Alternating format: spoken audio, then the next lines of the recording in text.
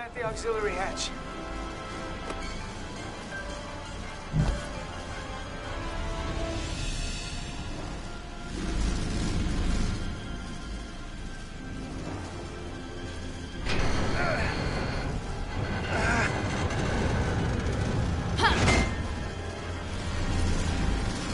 You go first. What? Let me save your neck this time. No time to fight me on this. Get in there! You better be right behind me.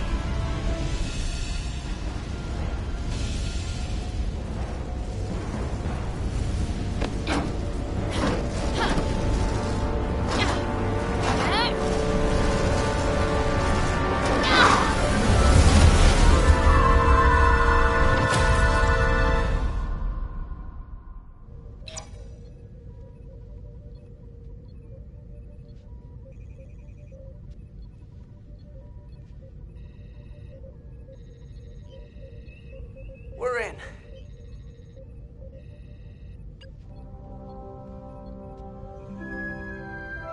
They're safe, bringing the SIF fully online. Do it.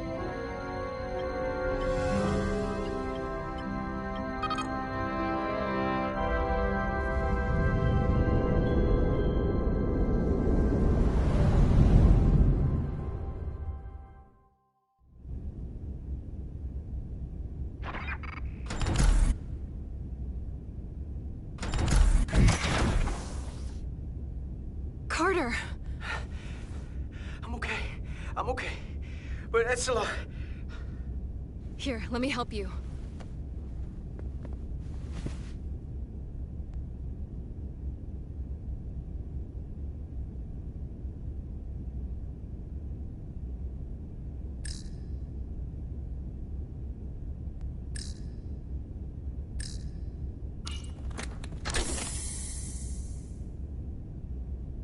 Medical. We've got one wounded at my location. Millie. Oh, man.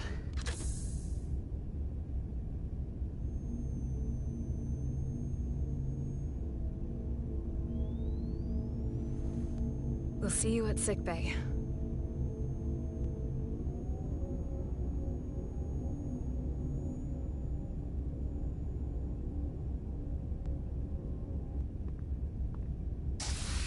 Status report.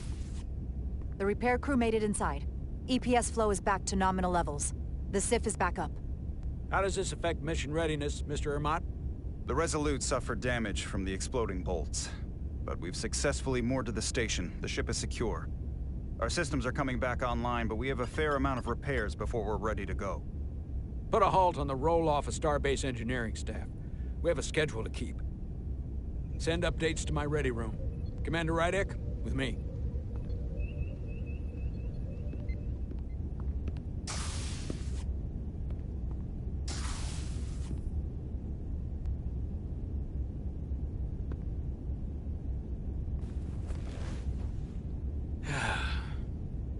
What a debacle. I was caught with my pants down. Not even on my own ship when the wave hit. I had to go running out of the Starbase commander's office just to... But you followed my order. I appreciate that. Hell, I'm relieved. The crew executed your orders, and they would have done so without me there. I'm sure of it.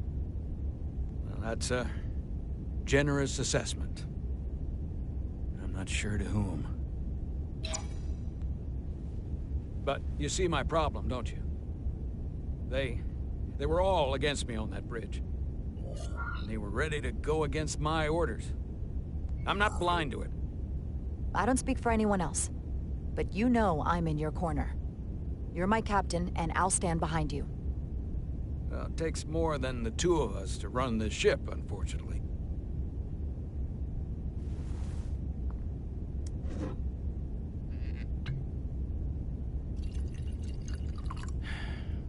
Oh. Drink? Sure.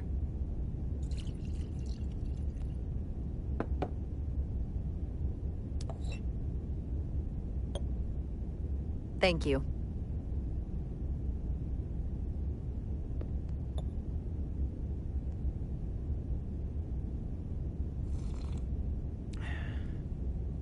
Your predecessor, Commander Sutherland, is missed.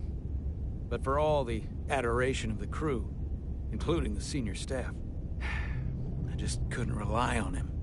He would question, undermine me in front of the crew. I sometimes think they still hear his voice. That sort of thing has a way of lingering. And you can't argue with a ghost. Maybe it's you, not the crew, that still hears the voice of Commander Sutherland. You need to let go of it. I don't know. Maybe I am holding them back. How can you or the crew move forward that way? You're right. Now, this won't be easy. But I'm glad to have you here with me. Glad to be here, Captain. And despite it all, we got our final Starfleet clearance to depart. So if you'll fetch Mr. Ermont, we'll knock out the final details of any outstanding repairs, and then we'll set out for Hotari. Yes, sir.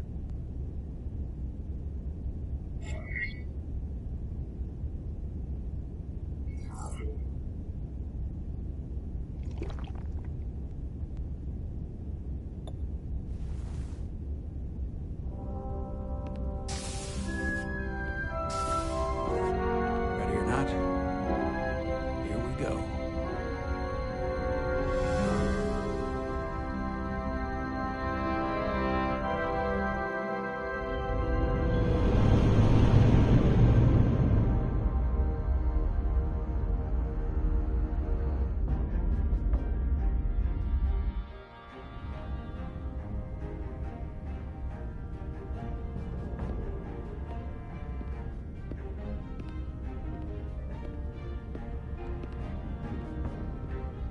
All departments reporting full mission readiness. We've got our full complement on board. This is my favorite moment, right now. The start of a new mission is always full of possibility. The Orion Syndicate could sell it as a drug. Don't let the Admiralty hear you say that.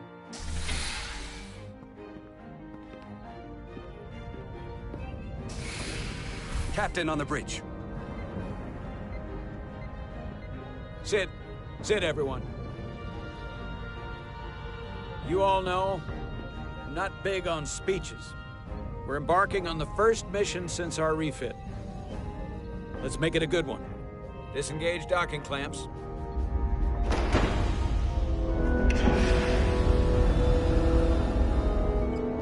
Docking clamps released.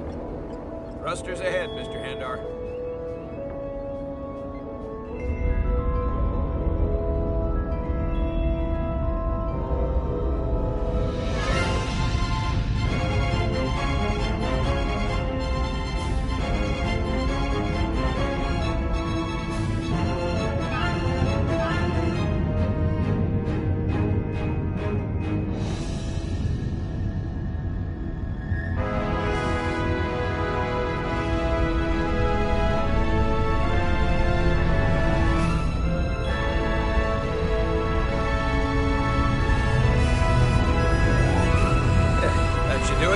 Set a course for the Hotari system.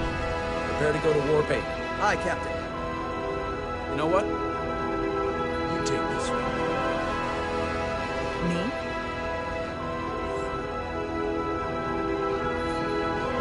Helm. Make way.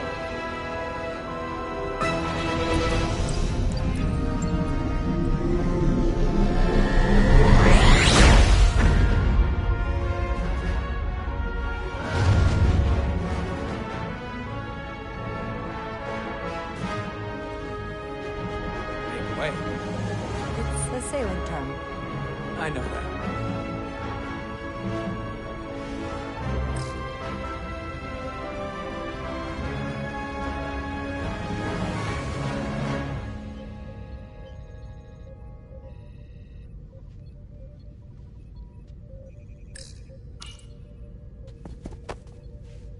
Easy.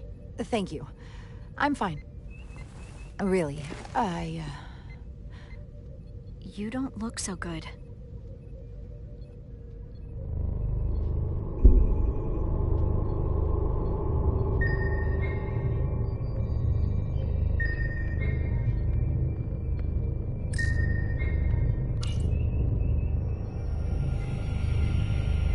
have to get to sickbay. Go.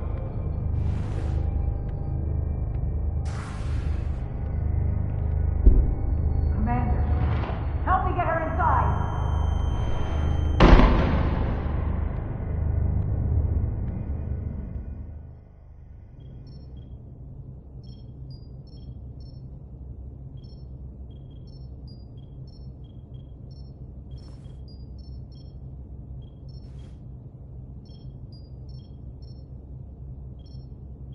Well, that was quite a scare.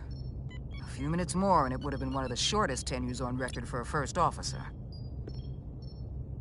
Is that the engineer that was out on the hull? That storm did a real number on her, but she'll live. Just needs rest. You should worry about yourself. Your duridium levels got dangerously low and destabilized your cell structure. This is definitely one of the more memorable first days I can think of.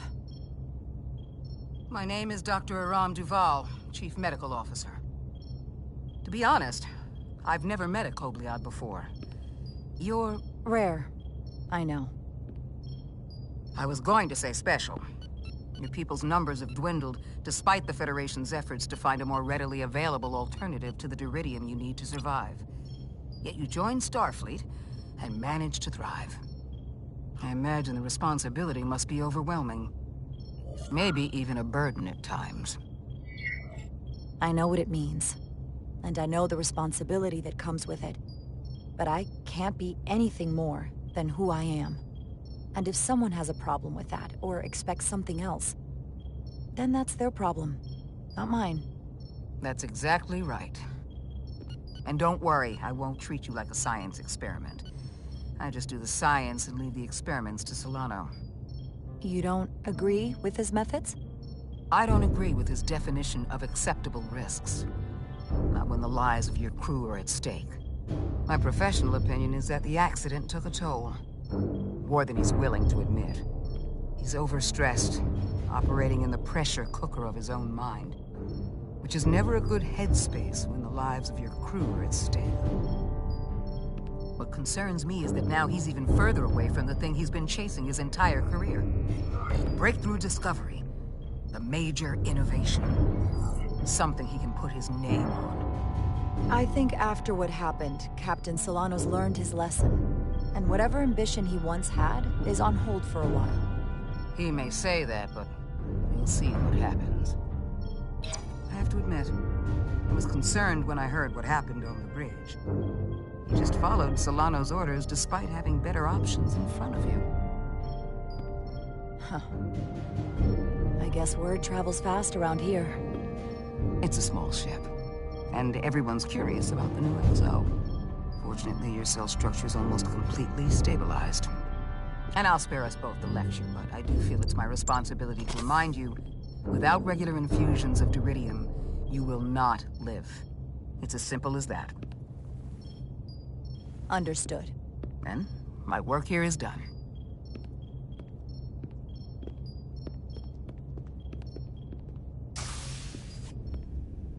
Lieutenant Bedrosian. I came to see if you were okay. We were all pretty worried on the bridge. No one knew what was happening. I don't want anyone to worry. This is just part of who I am.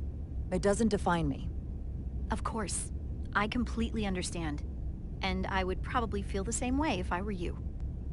You trusted me earlier with the shields, and I appreciated that. I want you to know that I have your back. Thank you.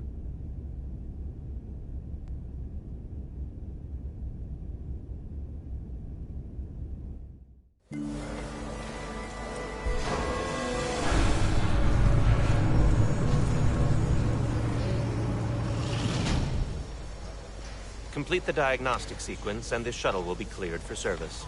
Yes, sir. Storm in the Hotari region will interfere with our transporters, so we need all available shuttlecraft in working order.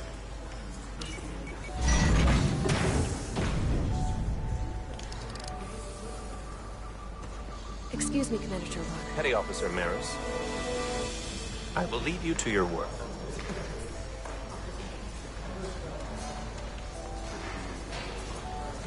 I stopped by sickbay and saw Millie. I figured you'd want to know. Did she say anything about... Is she mad at me for going in the hatch first? She had some choice words. I tried to smooth things over, but I think you're gonna have to make things right with her yourself. Dr. Duvall said she'll be back on duty soon, though. Come on. I have to run the final diagnostic.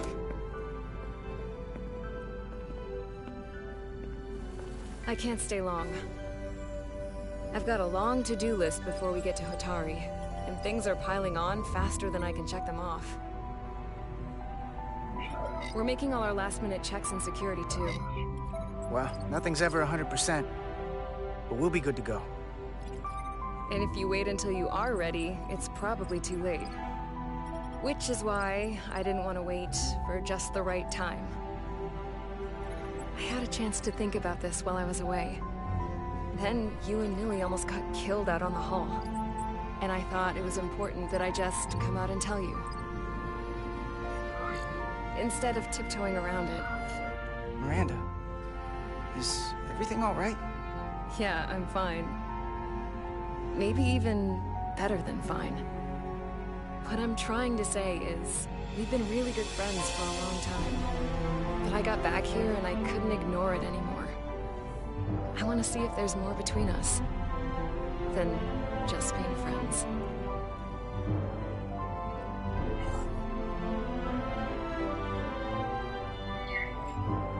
Are you sure about this? They're my feelings. Of course I'm sure. I know what I'm asking, which is why I'm being direct. I like you, Carter. And I think there could be something more for us. I like you too, Miranda. And I'd like to see where this goes. Good. These are uncharted territories. I'd call it a chemistry experiment. You know, with us. I'm just really glad that you said something. I've seen how you operate. I couldn't wait for you to make the first move. I'm glad too. So whatever happens next is great with me. Level 1 diagnostic complete. I have to get back to that to-do list. They're probably looking for me. Can't blame them.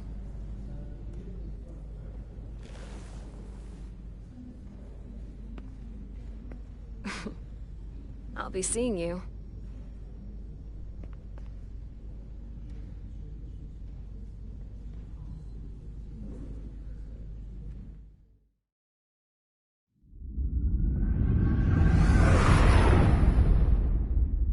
Approaching the rendezvous point outside Hotari space. Helm, bring us out of warp. Dropping to impulse. Ionic interference surging, Captain.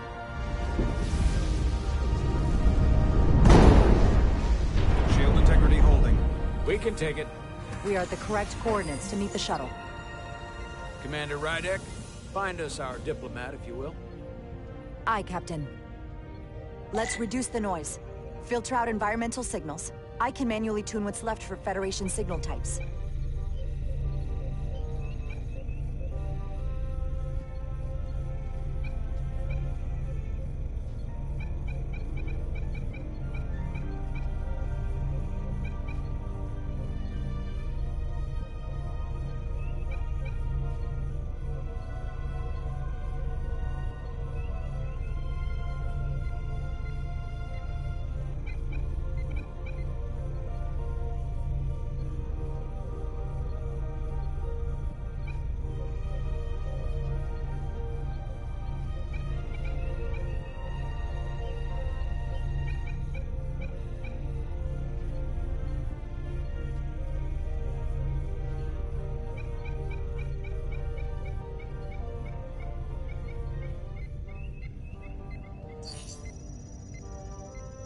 I've located the shuttle. Opening comms. On screen.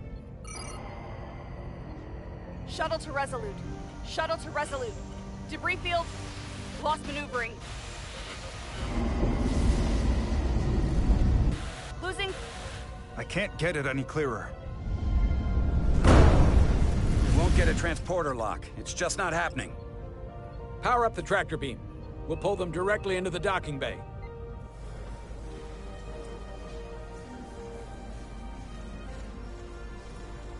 Diaz, you good to run the tractor emitter?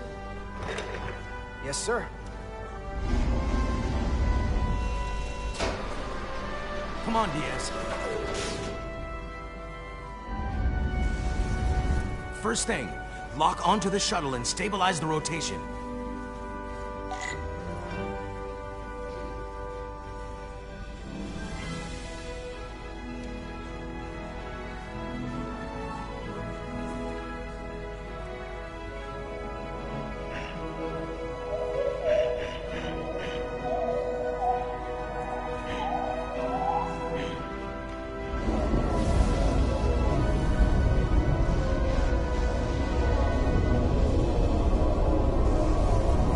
Pulling in debris.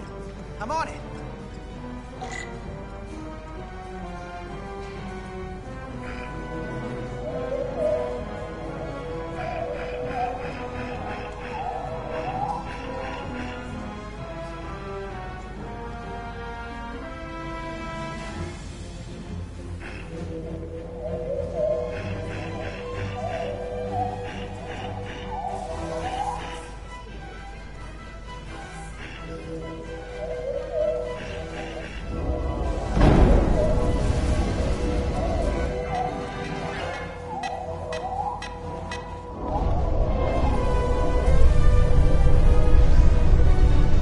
Take out the shuttle.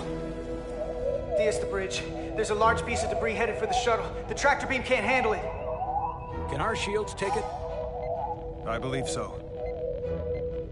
Commander Rydek, plot an intercept course. On it.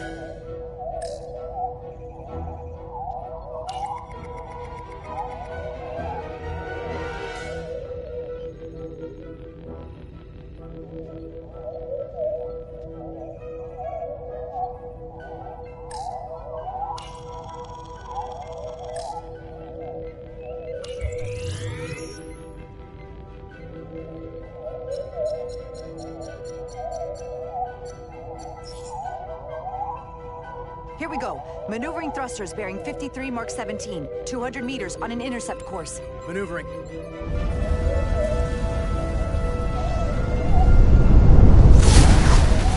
Got it. Whoa! Someone's working hard on the bridge.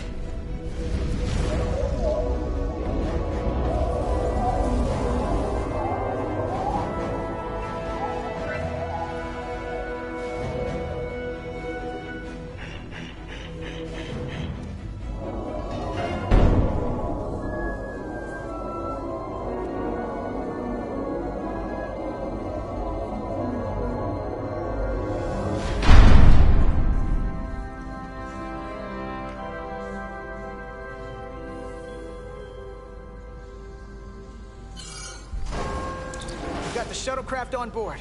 Good job. We're on our way down to meet them.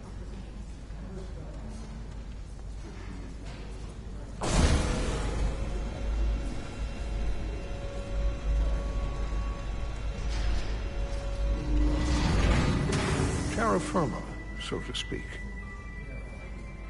Ambassador Spock.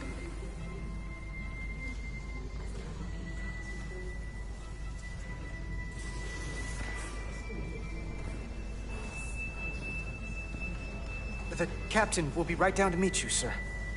In that case, I will wait for him here.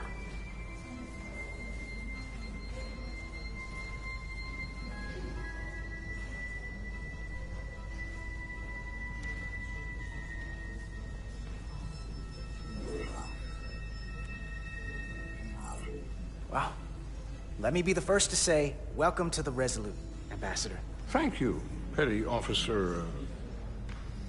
Carter? Carter Diaz. Sir. I am pleased to meet you, Petty Officer Carter Diaz. It appears I have you to thank for my safe arrival. Your assistance arrived not a moment too soon. Well, it wasn't all me. I got some help from upstairs. A bombastic approach to clearing debris. We thought we were prepared for our arrival in Hotari space.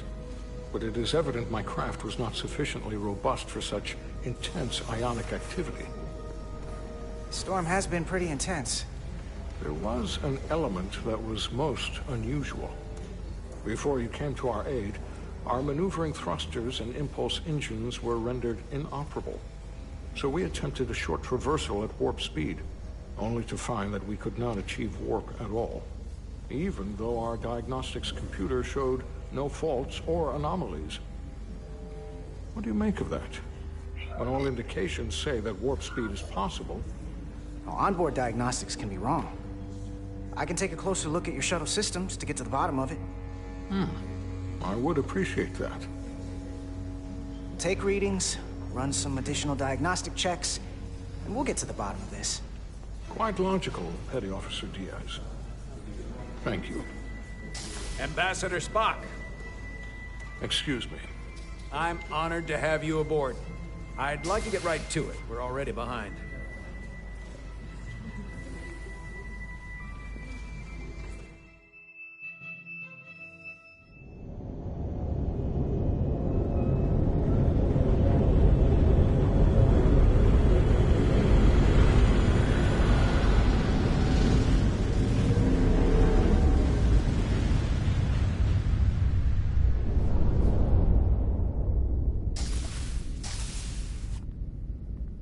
Ambassador Spock, my senior staff.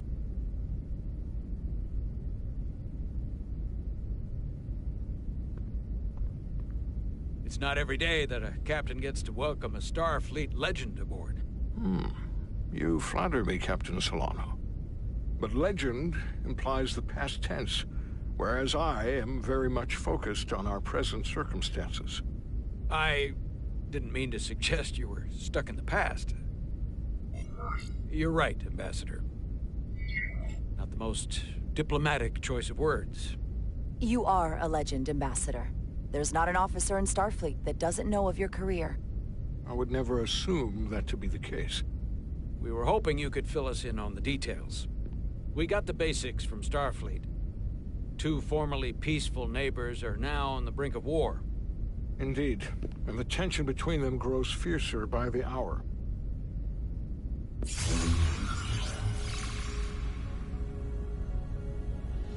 Elydia and Hotari. The Elydians are the more advanced species. They made first contact with the Hotari over a century ago. This is Tau, the Hotari moon. It is rich in dilithium, and for decades, the Hotari and the Elydians have shared a mining operation there. The Elydians provide the technological resources, while the Hotari have served as the labor force. The stability of that arrangement was the source of their peace, until recently. The Hotari have suddenly and forcefully seized control of the mining operations and expelled the Elydians from their system. That is the official story, as told by the Hotari when they requested Federation mediation. But the details remain scant. Communications between all parties have been limited by the ionic interference. Have the Elydians retaliated against the Hotari? Or taken any action against them? Surprisingly, they have not yet responded in kind. They were open to a Federation presence, but it is unlikely the relatively primitive Hotari forces would stand a chance against the Elydian fleet in open war. Left unchecked, this conflict will result in more bloodshed, which is what we are here to prevent. And the dilithium trade hangs in the balance. Clearly the Hotari have been exploited in this relationship. Maybe we can persuade them peace is the more profitable alternative for everyone. They both profited from the mines. And for the Hotari, something is better than nothing. We can call it profitable or mutually beneficial, but at the end of the day, the Hotari are still being exploited for their own resources. True peace is not merely the absence of war. And as such, this conflict will surely come again. Neither the Elydians or the Hotari are members of the Federation, so we can't make them do anything. There is an additional complicating factor I should mention. In the past, the Federation has relied on the Elydians as a source of dilithium. That certainly changes things. Federation sources its dilithium from a lot of places. So we've already played a part in this. Unfortunately, that is indeed the case, Commander Rydek. We're morally obligated to make this right. Hold on.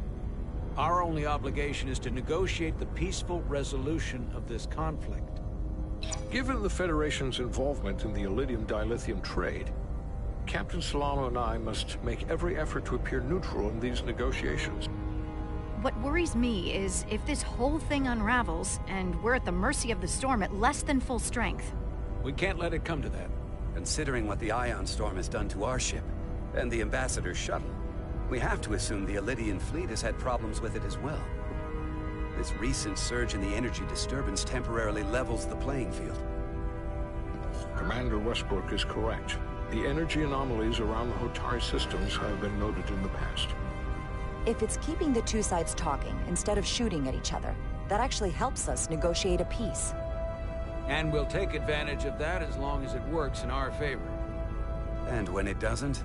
All the more reason to learn as much about it as we can while we are here. We do not want to be caught unprepared, should the energy anomaly continue to fluctuate. So I trust we understand our circumstances. We're operating on a strict timetable here, and we're going to be leaving for the negotiations shortly. Commander Westbrook, I want you to leverage our systems to investigate the anomaly from here while we're gone. Aye, Captain. Thank you all. Dismissed. I want to speak to both of you privately.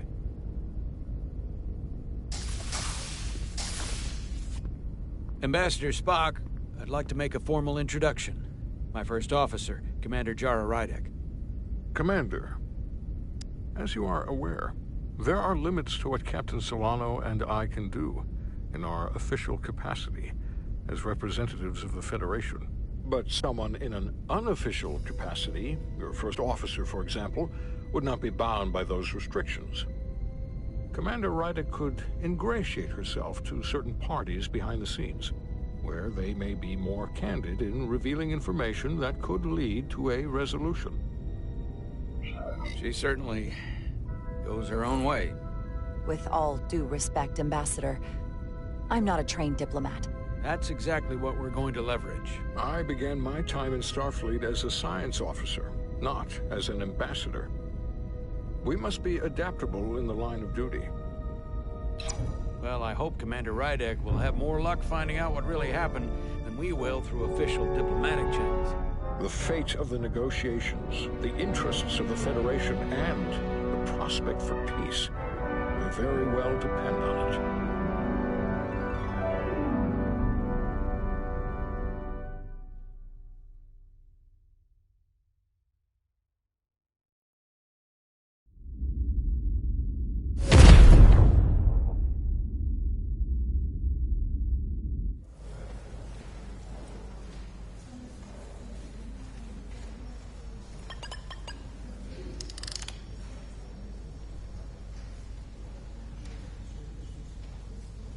Mr. Diaz, I understand you have already discussed the warp drive failure with Ambassador Spock?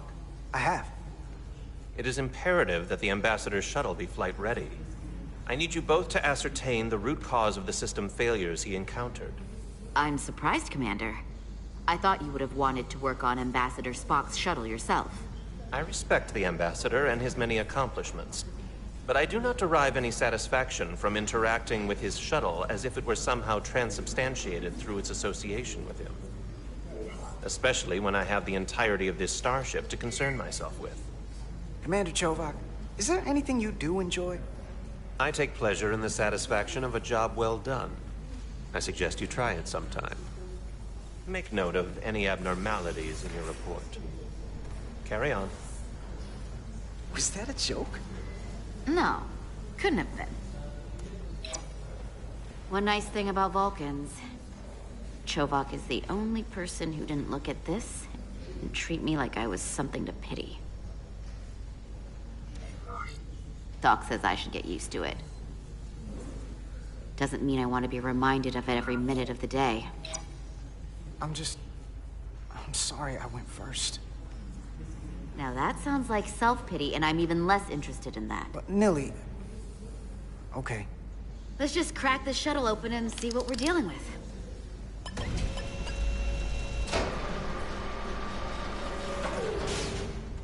Ready to go? All set. Let's run the diagnostic.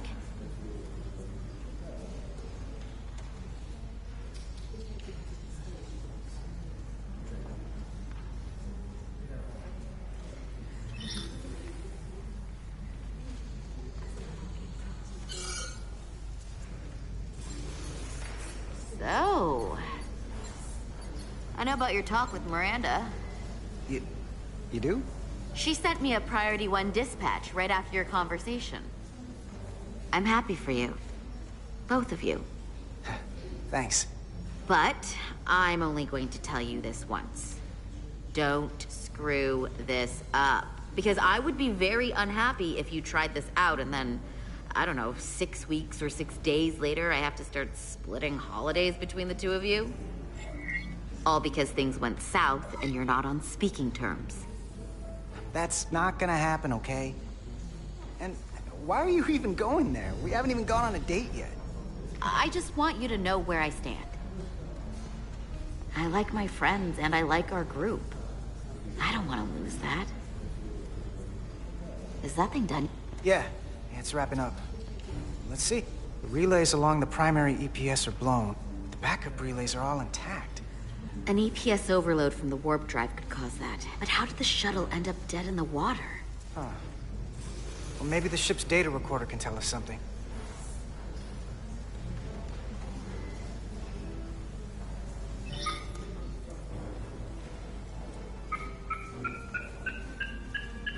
Here. They were only about 8 minutes from their plotted warp point. No faults, just those warnings. What are they?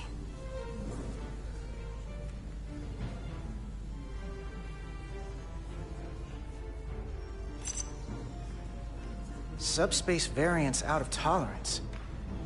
What does that mean? It means the main navigation array lost sight of space somehow. Will the array going offline cause that? Yes, but it should have also thrown a fault code.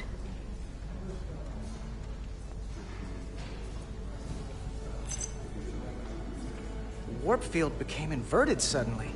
I've seen this happen when the center warp coil cracks. A cracked warp coil throws a fault code. Still, we should take a look.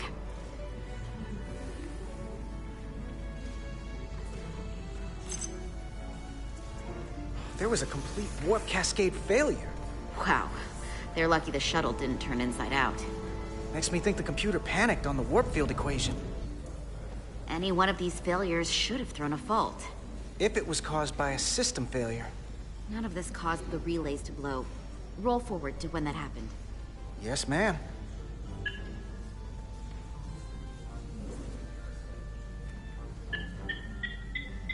So here, they take a moment to get their bearings and they attempt to re-engage the warp drive.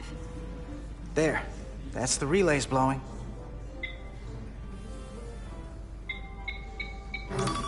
And look, there's another warp system alert. They're all the same. Subspace variance out of tolerance, or warp inversions. Finally, there's a complete warp cascade failure. Then it's one of two things. Either a warp coil is cracked, or the navigation array is offline. That makes sense. Divide and conquer. You want to check the warp coils or the navigation array? I'll check the other. Let's not overcomplicate this. One of these systems is likely broken. I'll check the navigation array.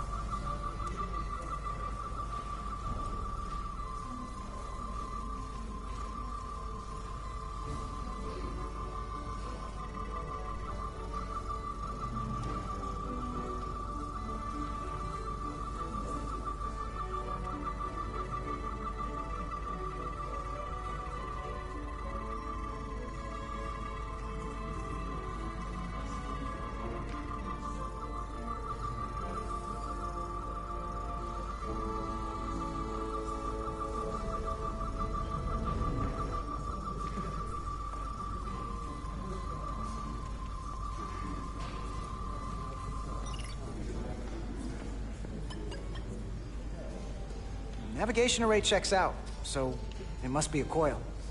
Except it's not. Checked and double-checked. Well, the readings don't lie.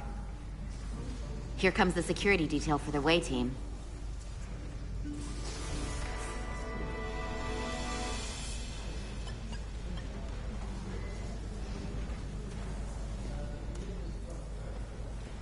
Hey. I'm not here. We're escorting the negotiating team to the surface as soon as they come down from the bridge. I don't want to interrupt some important work. I was just hoping to see you before I go. The captain and the others will be here any minute now. Should be an interesting ride down to the surface. You're the one with the important job to do. Keeping the captain safe. And Ambassador Spock. It doesn't always feel that way.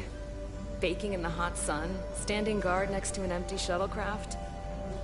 But it has its moments. Hey, Maris. Aren't these those button pushers you're always hanging out with? And you're the phaser jockeys we always beat in Parisi squares, right?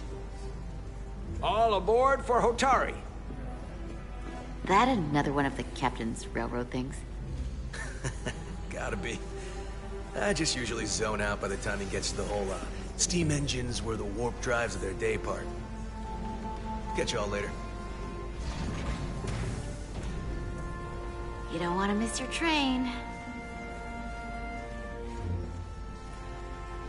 I do have to go.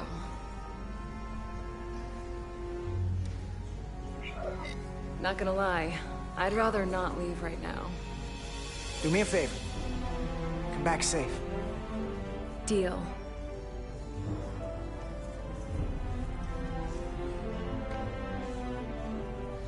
Be seeing you.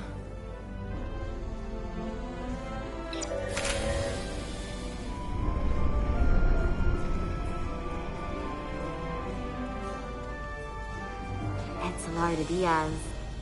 If you could float back down to reality, we still have a ways to go. All right, where were we? So, the warp coils in the navigation array are fine, but the nav computer doesn't seem to think so. I'm out of ideas short of field stripping this shuttle from bow to stern. You wanna take this out of the shuttle and throw it on the bench? Oh, real hands-on maintenance. I like it. Okay, the nav computer is patched into the ship. The ship's computer can double-check our work. If the shuttle's nav computer is putting out false data, we'll know it. Let's run through the shuttle's logs again. Running now.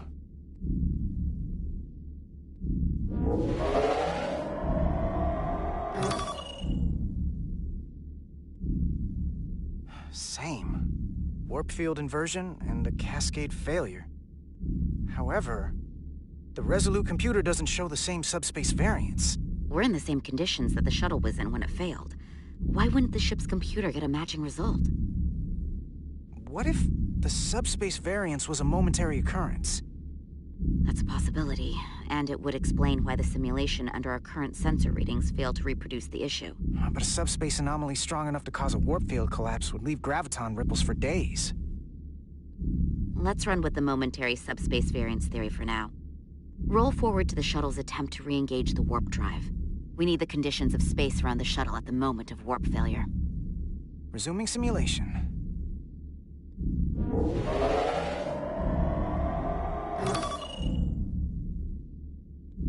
Error in warp field calculation. Cochrane formula variables are out of range. That right there. Take the shuttle sensor data from that moment. Computer, why did the warp field calculation fail? Warp field pressure returned non-orthogonal. Results are undefined. That doesn't help. Wait, what if we use a different ship? Put the Resolute into the simulation instead of the shuttle. Yeah, it should warp just fine. Unless... Computer, run the simulation with the Resolute. Resolute simulated. Computer, give me manual control on the warp power. Static field intensity, warp 1.1. 1.2. 3. Warp warp pressure is destabilizing. Error in warp field calculation. The warp drive has experienced a system-wide cascade failure. Warp field collapsed. Subspace variance is out of tolerance. Cochrane formula results are undefined. Bingo. What-o? The same moment when the shuttle failed to warp, so did the ship. Whatever happened to the shuttle just happened to us. The Resolute will not sustain warp. We can't leave Hotari space.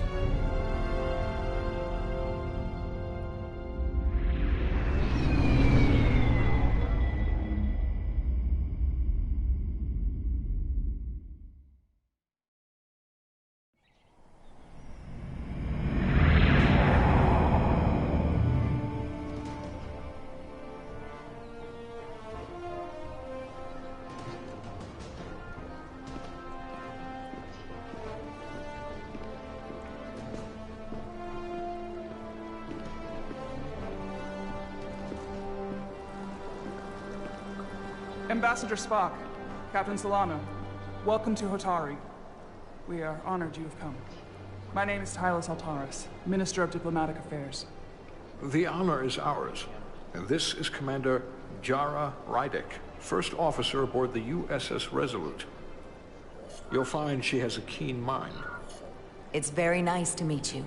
Likewise, I hope... These must be the representatives of the mighty Federation.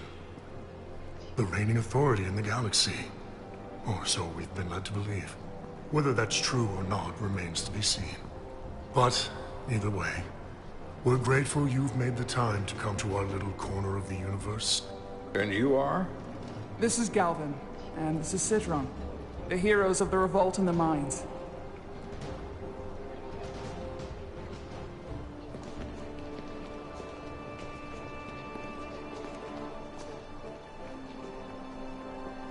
Let's hope this is the last time we ever have to come here. If you'll excuse me.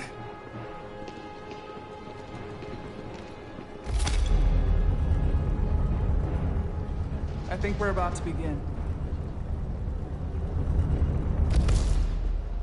Did you hear the arrogance from that guy? I don't know what we're walking into here. But that guy was something. He certainly seems full of himself. No missing that. You could probably see it from orbit. What a piece of work. Remember, we are here at their invitation. We must remain deferential whenever possible. Of course, but even that has its limits.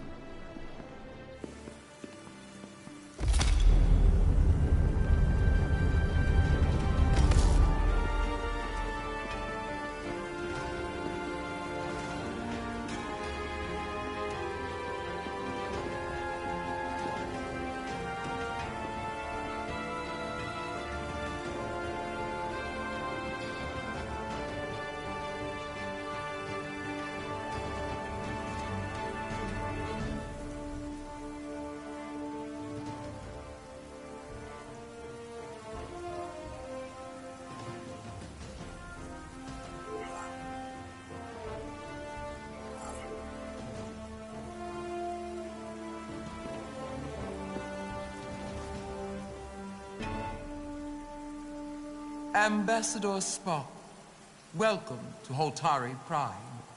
The honor is mine, Your Majesty. That the Federation would send one of their most respected representatives is not only an honor to the Hotari people and their queen, but a recognition of our stature and importance. Let's get on with it, shall we? With all due respect to the Federation and their ambassador, they have no authority here. We are not members of their alliance. We are not subject to their rule, nor yours. We demand the immediate return of all mining operations to Elydian control, as it has been for centuries and will be for centuries more.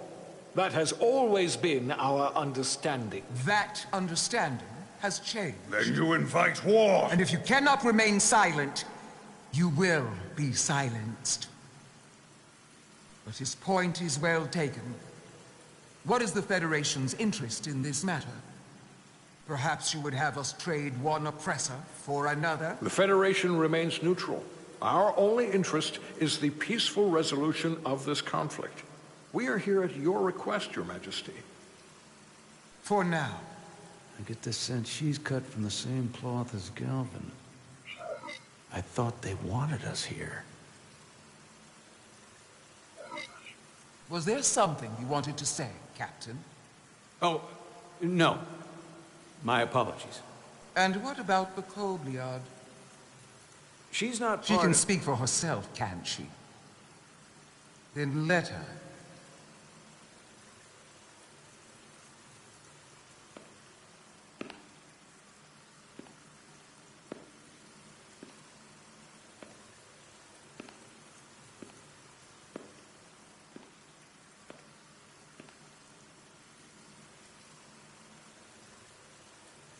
Now then, one should know their place. What you might be somewhere else is not what you are here. Which is standing before a queen. And a queen deserves respect. A bow is not too much to ask. Is Hotari Prime, heart of the Hotari system. My apologies, Your Majesty. I meant no disrespect. Better. You are Kobliard. Your people suffered brutal treatment at the hands of the Cardassians. Their injustice towards the Kobliard is as unimaginable as it is unforgivable. Not unlike how we have been treated by the Elidians. As much as they'd have you believe they are the victims here, remember it was the Hotari who attacked us. Hundreds of innocent Elidians were slaughtered without mercy in those mines. The blood is on their hands, not ours. Quiet! If after all the Kobliard suffered, you finally had the chance to right that wrong, to get out from under their control, would you take it? Or would you negotiate a peace?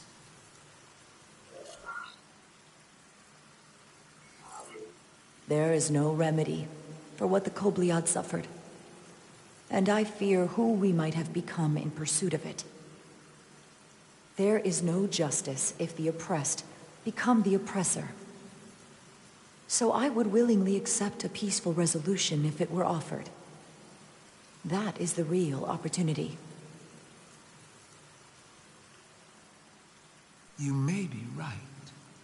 Unfortunately, that was not the case, was it?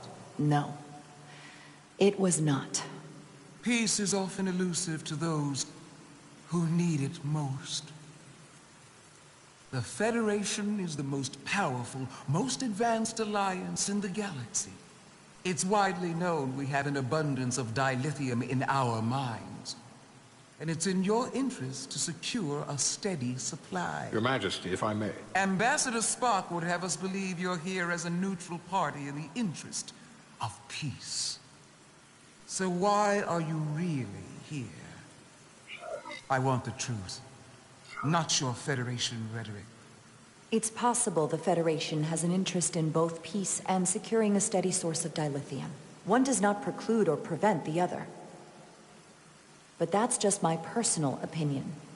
Given the Federation has done business with the Elidians for decades, I would agree. It's entirely possible, if not highly likely. What they haven't said, but cannot deny, is a simple truth. The dilithium trade would not and will no longer exist without Elidian involvement. We created it for the benefit of everyone, especially the Hotari. We've given them warp technology. We've let them share in the profits. We've made their lives infinitely better than before dilithium was discovered. All of that goes away if the Federation turns a blind eye to their treachery. That is enough of your lies! The Hotari are quite capable of running the mines. We've done so for centuries. So tell me, who deserves control of the dilithium trade and the mines on Tau? Who should the Federation recognize? The Hotari or the Illydians. Only be one or the other, not both. If there can only be one, then it would be in the best interest of all involved if the Illydians resumed operation of the mines. And that is why we should not trust our fate to the Federation. She speaks sense. You do well to listen to her. And you do well to hold your tongue. We will take back our minds by any means necessary. And you will see more blood spilled. I am more than willing to address your concerns, Your Majesty. Yours as well, Representative. But I suggest we could have a more productive conversation with a smaller group. Perhaps only the most essential representatives.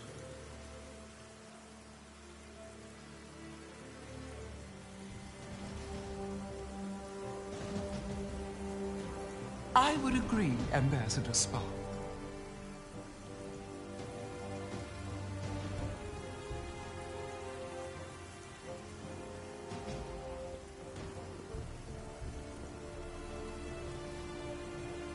I think this is best left to those of us with more experience in diplomatic matters.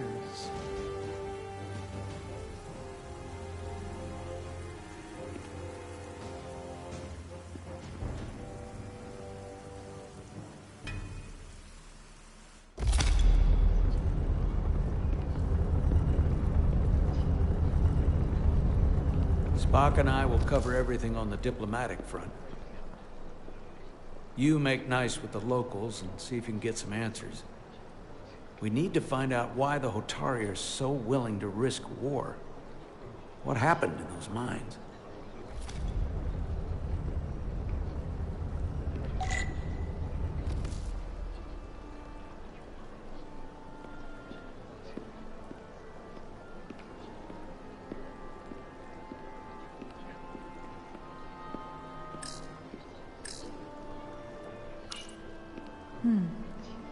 Soothing.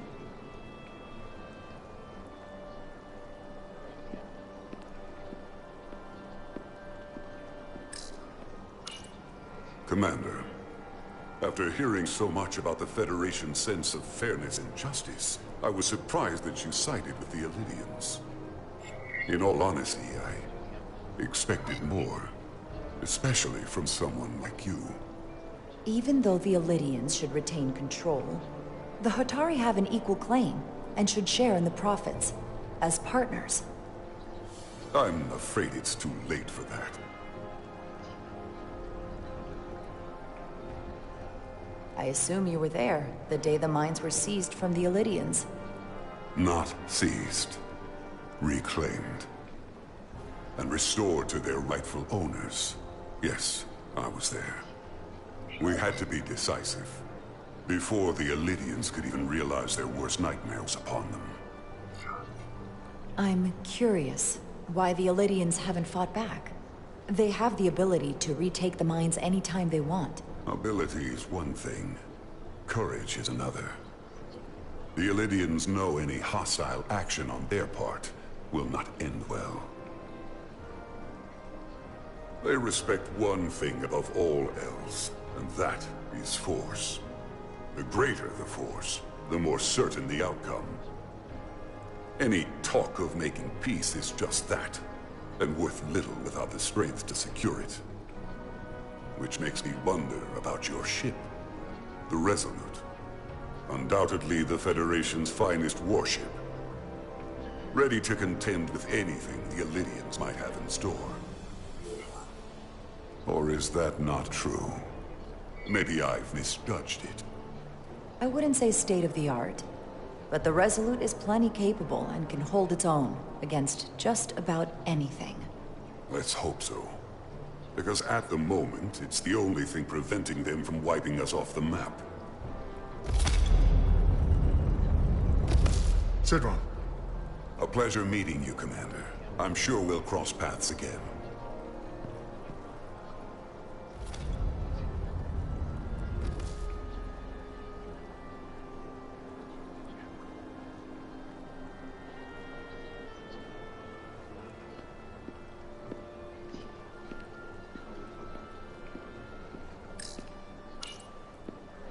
I have to say, I fully expected you to side with the Hotari.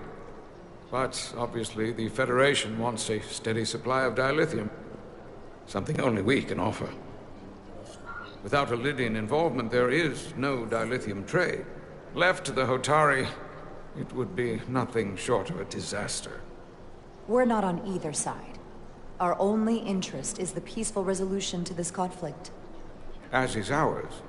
Of course, the question is, at what price? Major Solid Arminta, Special Attaché, Lydian Armed Forces. A pleasure to meet you. Commander Rydek, First Officer, USS Resolute. Yes. A research ship, if I'm not mistaken. Interesting.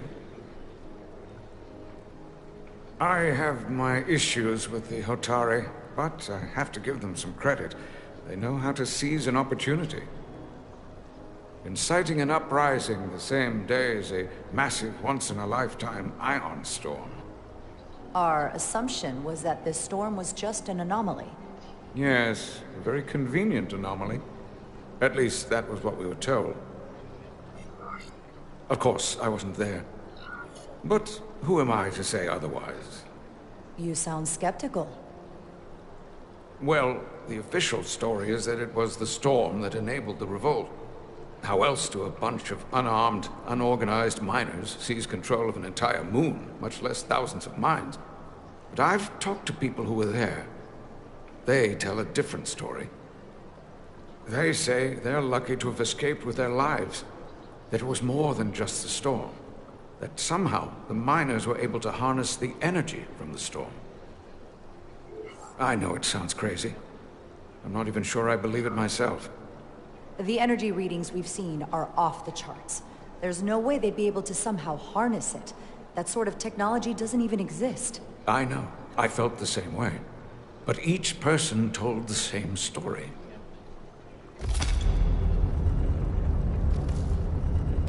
If you'll excuse me, Commander Rydek.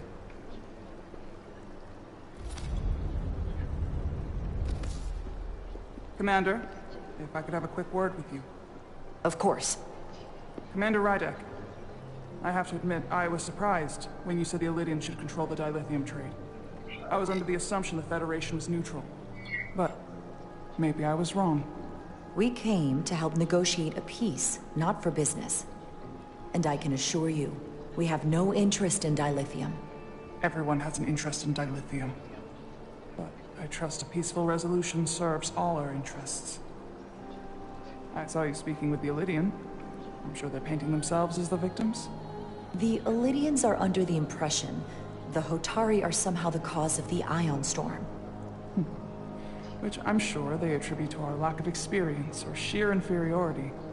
But we are as much the victims of this horrific storm as they are. For the first time in our history, the Hotari have the upper hand. We see ourselves as strong instead of downtrodden. New voices have risen up. Old voices shouted down. Galvin and Sidron have become national heroes. Now, they have the Queen's ear. Better or worse, depending on your perspective.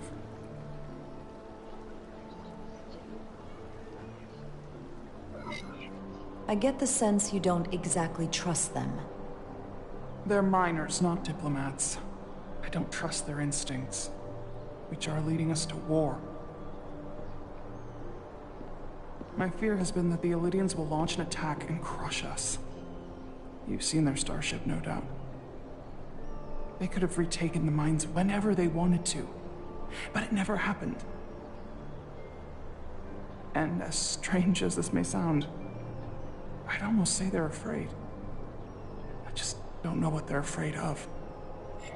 It's still the same bluster and bravado you would expect from them. Because of what happened in the mines. Is it Galvin they're afraid of? It's entirely possible, but I don't know for sure. Whatever Galvin is doing in those mines is turning everything upside down. But no one knows exactly what's happening.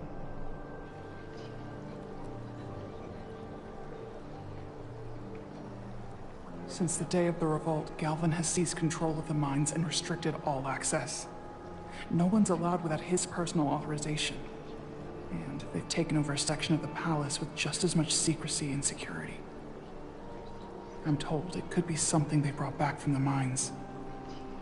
I've made inquiries, but everyone pretends it doesn't exist. Why would they do that? I don't know. But that's what concerns me. Whatever they're hiding, it can't be good. How can we know?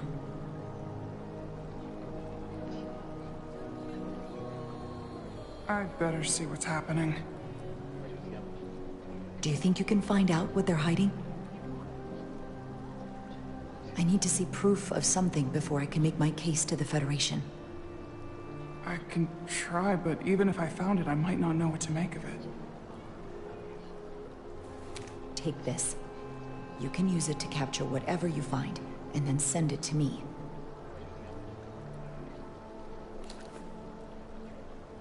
Thank you.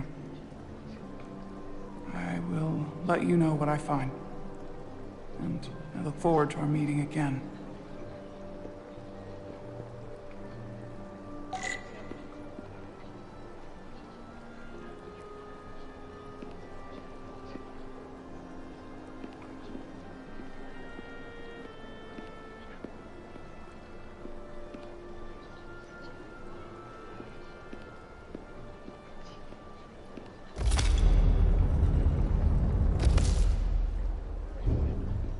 Well, that was a disaster. What happened? The Hotari refused to concede anything, so the Elydians stormed out.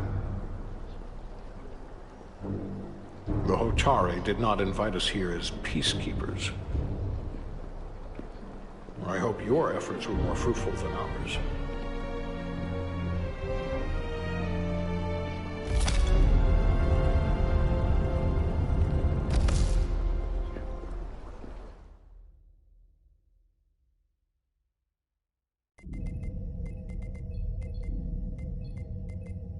Gravitational harmonics failing to resolve. Warp bubble stability degrading. Increase output to maximum. Increasing warp output to maximum. It's happening again.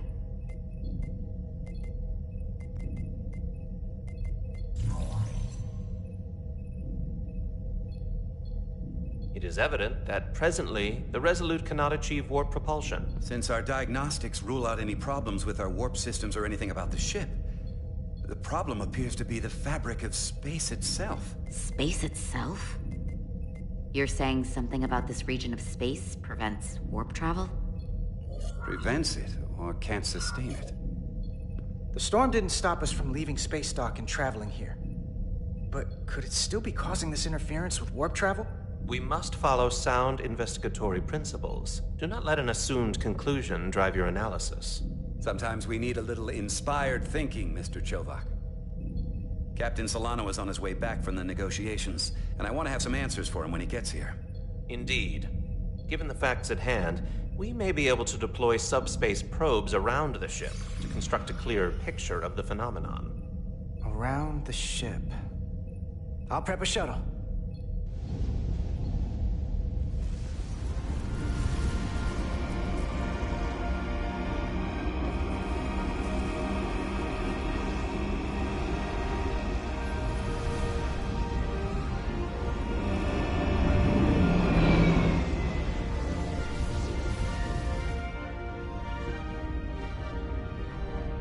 Setting up a waypoint at a distance roughly corresponding to the edge of our warp field. When we get there, I'll deploy the first probe.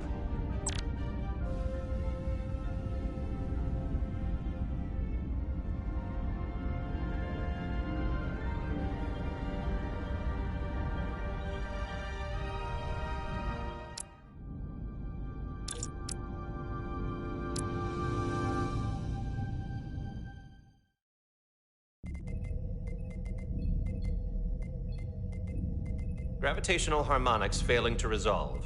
Warp bubble stability degrading. Increase output to maximum.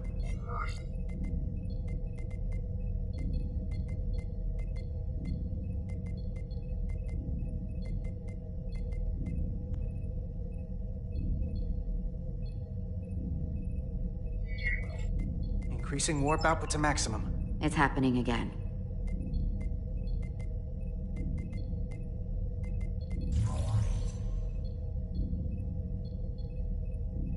It is evident that presently, the Resolute cannot achieve warp propulsion. Since our diagnostics rule out any problems with our warp systems or anything about the ship, the problem appears to be the fabric of space itself. Space itself?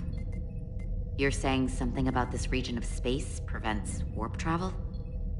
Prevents it, or can't sustain it. However improbable, that appears to be the case.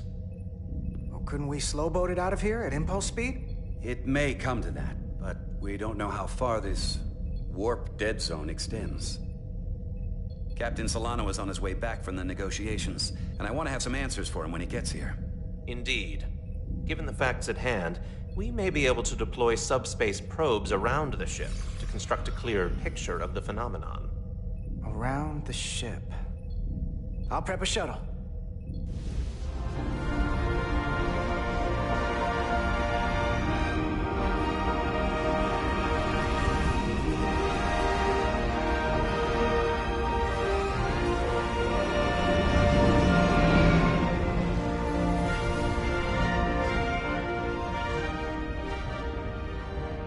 Setting up a waypoint at a distance roughly corresponding to the edge of our warp field. When we get there, I'll deploy the first probe.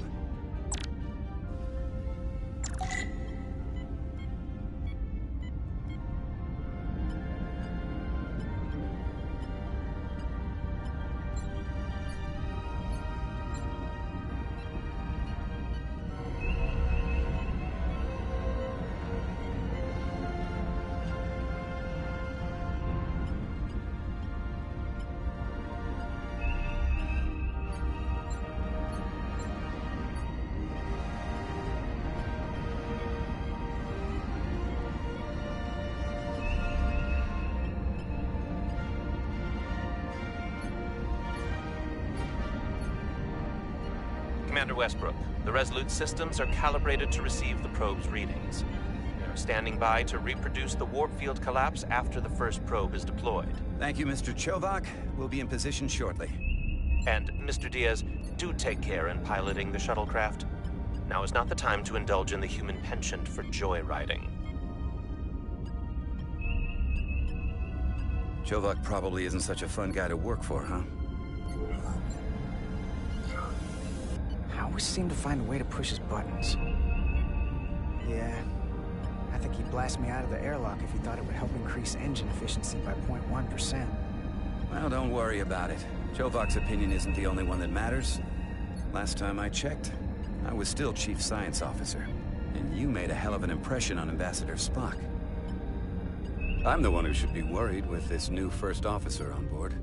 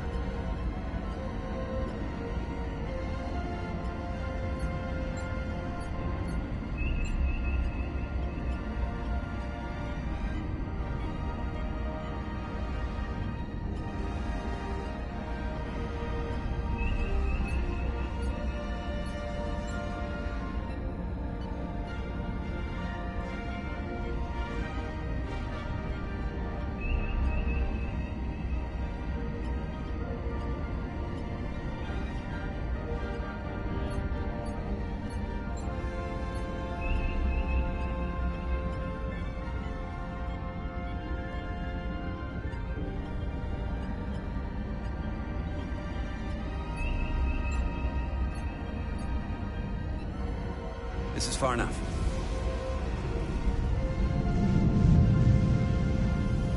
Transporting the first probe into position.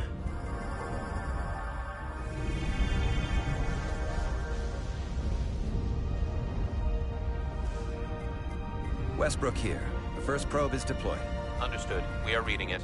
We are about to replay the simulation.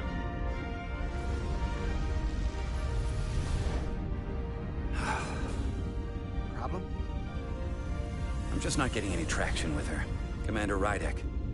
She rejected my plan to use a deflector pulse against the storm surge. She didn't listen to me when you were out in the hull and I was trying to make it safer for you. I'm not saying there's anything wrong with the new XO. I'm sure she's a fine officer, even if we don't see eye to eye. But she didn't go through what the rest of us did. You know that. And it's hard to figure out why she'd be the one Solano chose instead of, well, one of us. I've heard some good things. You should at least give her a chance. I'll take that under advisement. Test is running. Warp field collapse in 3, 2, 1, mark.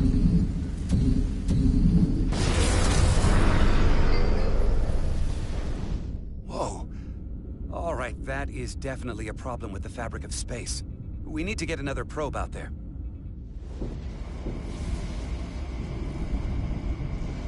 With 2 points of data, the Resolute and the probe, we've managed to get an interference pattern. I'm setting a waypoint to a particularly strong area of interference. We'll deploy the second probe there.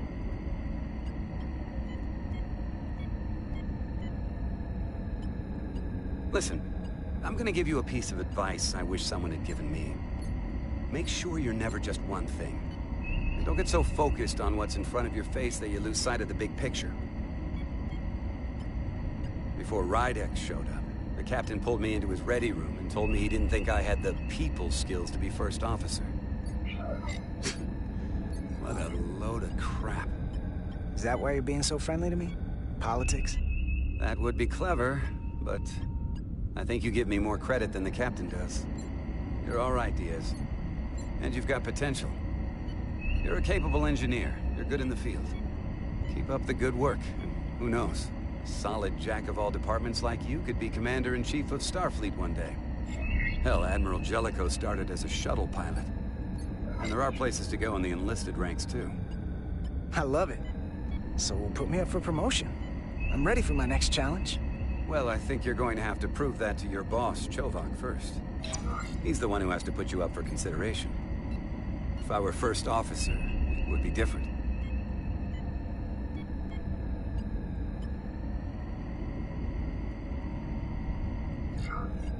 Well, what do you think?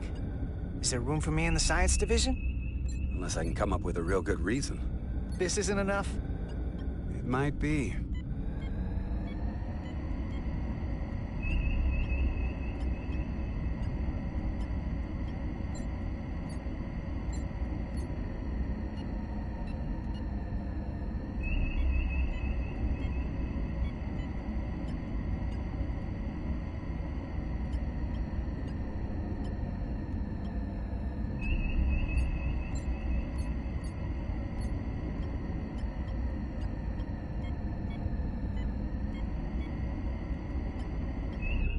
Here. This is close enough. Stop the engines. Deploying the probe. Westbrook to Commander Chovak. We're ready for another sampling of data. Very good. Running the simulation again. Warp field collapse in 3, 2, 1. There it is again. I saw it. It seems to be directional. Well, what about the scans? Anything?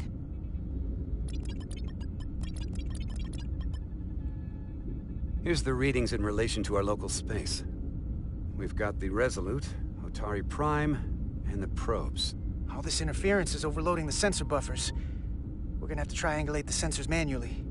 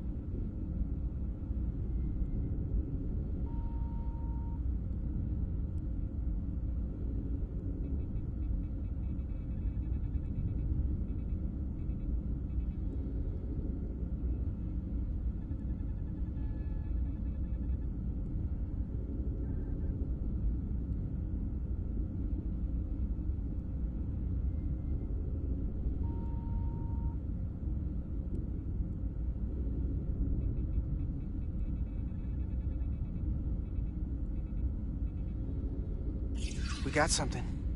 These markers indicate peaks in the gravimetric interference patterns. Let's see if I can find some more.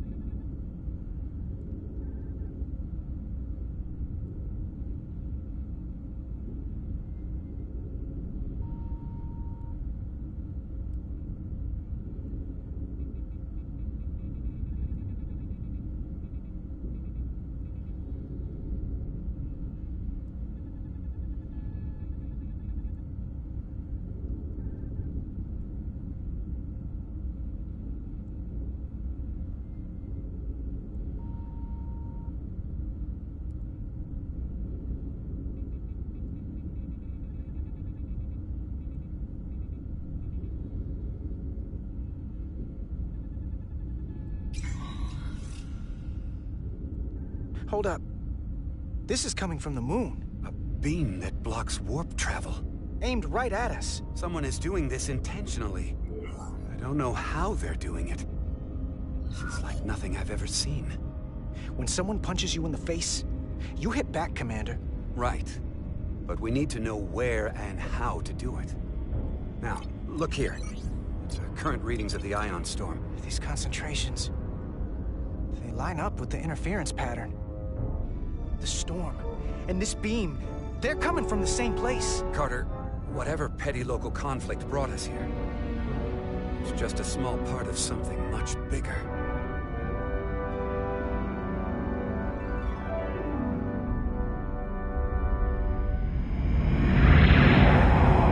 Presently, we don't have an explanation for how they're doing this. But one thing is clear. This is no fluke. Thank you, Mr. Westbrook. I want a full briefing when I'm back on board. Solano out. A targeted weapon that inhibits warp travel. Coming from the moon Tau. That would explain the difficulties my shuttle encountered. More importantly, the tenor of the Hotari during the negotiations.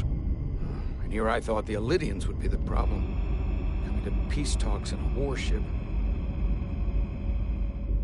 This wasn't supposed to be so complicated. We're right to be worried. If they're targeting the Resolute and we can't go to warp, that effectively leaves us at their mercy. Which puts us in a rather difficult position. Especially if they have more tricks up their sleeve. Tylus, the Hotari representative, said she thought they found something in the mines. Galvin and Sidron brought it back to the palace, but they're keeping it under tight security. She's going to investigate it. I gave her my tricorder. I expect she'll contact us soon. You found an ally. Why would Tylus help us?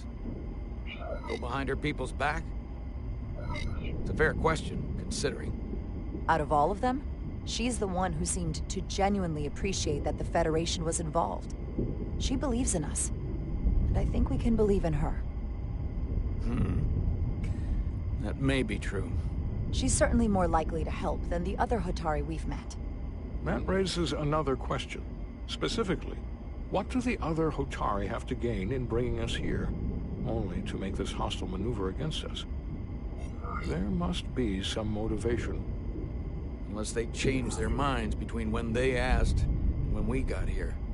Given their indifference to the negotiations, and what we now know about this warp-disrupting weapon, it's almost as if they want to start a war. And Sidron was convinced the only thing the Illidians respect is force. I would say he's right about that. But at least they know when to hold back. But that does not explain why they would turn their aggressions against us. I don't think the Illidians know what's really down on that moon either. Major Arminta said the revolt defied explanation. That the Hotari miners somehow harness the energy of the storm. Harness the energy of the storm? Doing that is beyond even our capabilities. So is a weapon that disrupts warp travel. There have been civilizations and entities, both past and present, far more technologically advanced than the Federation. The Illidians and Hotari don't fall into that category. But that is all the more reason to investigate further. Commander Rydek, sorry to interrupt. We've received an urgent call from Hotari. The Queen's advisor, Tylus, has asked to speak with you. Put her through.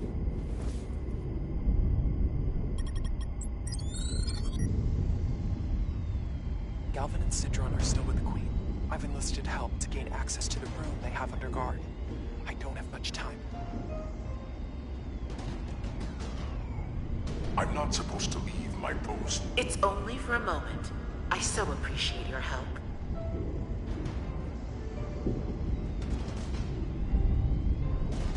I found something. I'm sending you a scan.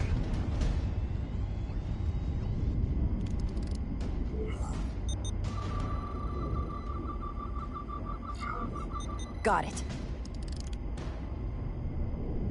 Tylus, if we needed to gain access to the mines on Tau, is that something you could help us with? I suppose it wouldn't be easy, but I have to go. Tylus. Can we reconnect? Sorry, Captain. We've lost all contact. We can only hope she escaped without harm. It was hard to tell. I'm the one who got her into this. If something happens to her, it's my fault. She's one of the Queen's closest advisors. I'm sure she'll be fine. Assuming the Queen isn't part of this. Let's see the scan of whatever the hell that was.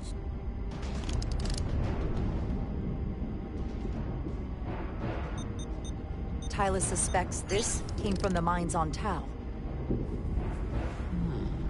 It appears to be of ancient origin, but the markings are unfamiliar. We can run a full analysis when we get back to the Resolute. But if this came from the mines, then it might be the key to how they got the upper hand against the Illidians. Then we have to go into the mines. The Federation would not allow that.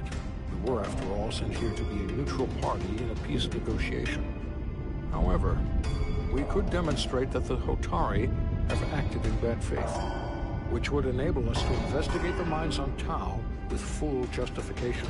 But of course, we would need conclusive proof before taking action. What the Federation doesn't know won't hurt them. If I do it right, nobody will know I was there. Commander, I'm surprised at you. We may have a better understanding once we analyze the device. But a mission to the mines, covert or otherwise, is not out of the question. And I will handle the Federation.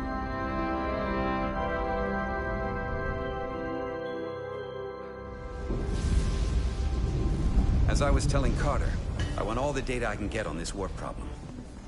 And the negotiating team's shuttle has been recording data all the way back from Hotari. Even better than our probes. So pull the sensor and engine ISOs from the Melville when it sets down. Will do. I'll join you and Chovak down in engineering to run another analysis after the briefing.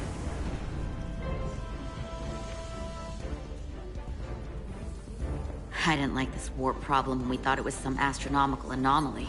And I like it a hell of a lot less now that we know someone is doing it to us. How does it work? What do we even do about it? What do you say we pull these chips and find out? Took some damage on the way.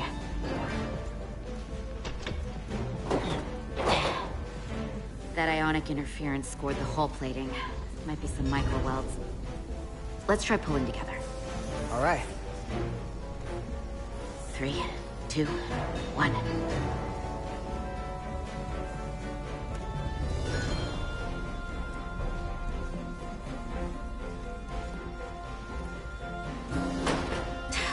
It won't budge. Gotta be the storm damage.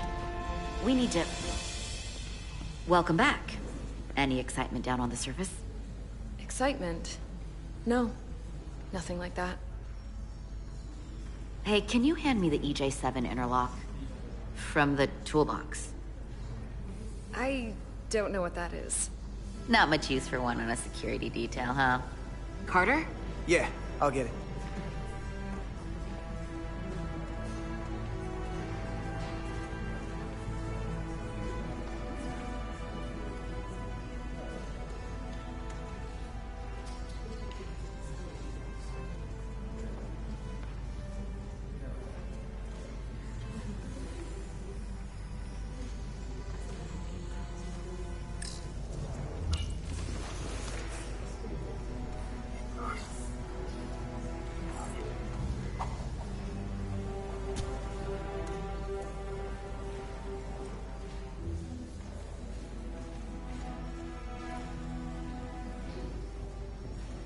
Okay, I'll apply pressure while you decouple the panel.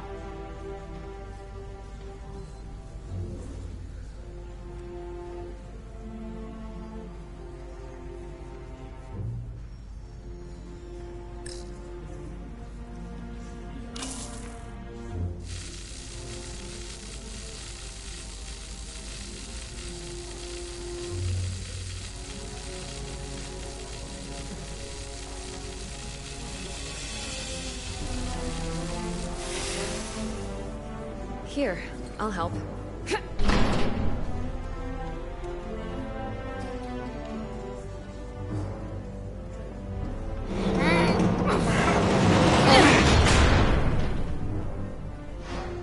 We've got this. Thanks for the hand. We have to get these isolinear chips down to engineering. No problem. You really know everything about these ships, don't you? The tools, the systems. Like a walking Starfleet technical manual. Oh, I thought security was the detail to be on. Now all of a sudden you're interested in engineering? Just the engineer. Come on, start pulling chips.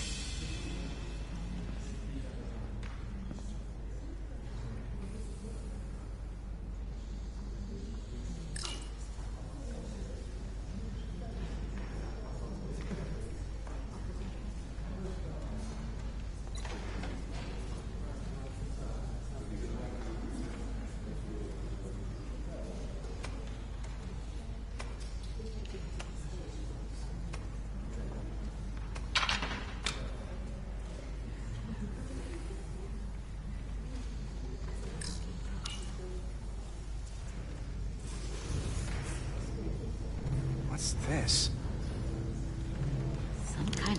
crystal formation?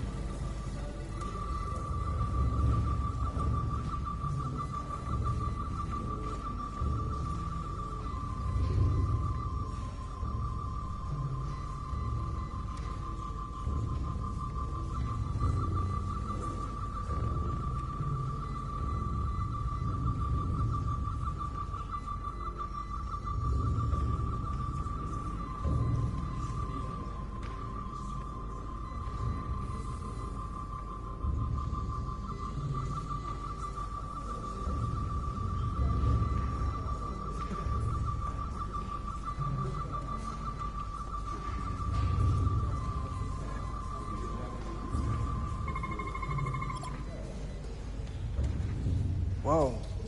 This substance is a quantized spin crystallization of hydrogen, carbon, and lithium. It's emitting tetrametric pulses at an interval of 3.8422 seconds. Quantized crystallization isn't natural. I mean, it's only theoretical as a means to engineer matter on a subatomic level. What's it doing in there?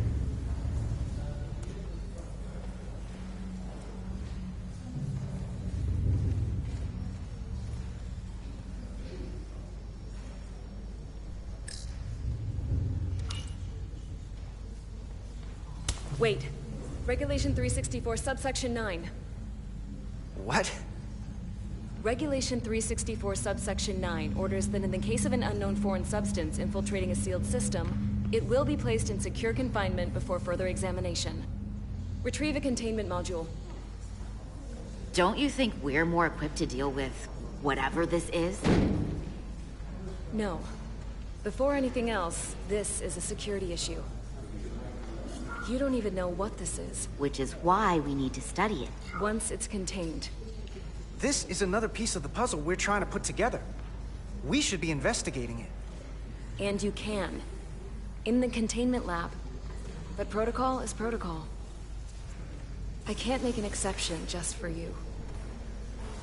I'm still going to report these crystals to Commander Westbrook when we send the shuttle data. And I will inform my superiors. I'm taking this just as seriously as you are.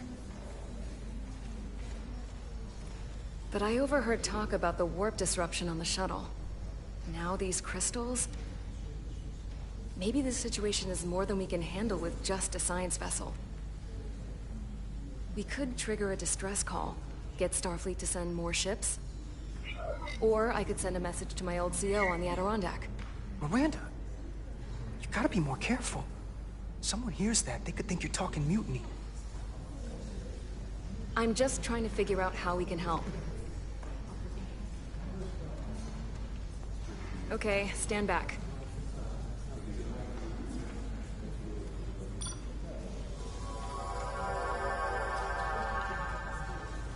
Get this to the containment lab. We'll get it set up for you. I'll let you know when it's safely confined. Oh, we'll be there. Last thing you want is to study this down in main engineering and have it explode next to the warp core.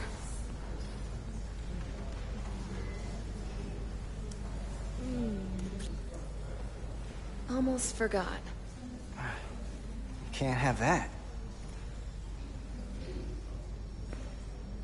For a second, I thought she'd gone cold on you. Like she might have changed her mind. But I guess this whole situation has her spooked. Maybe she knows more than us? Or it's because this is all happening so fast? Well, of course she's taking it seriously, but that's her job. When she's on duty, she's got to be on the lookout for danger. Yeah, but talking about sending a distress call on her own? That's going too far. She was probably just thinking out loud. I'm sure she'll come to her senses. This mission has enough complications stacking up. Now, we'll get through it. You, me, and Miranda too.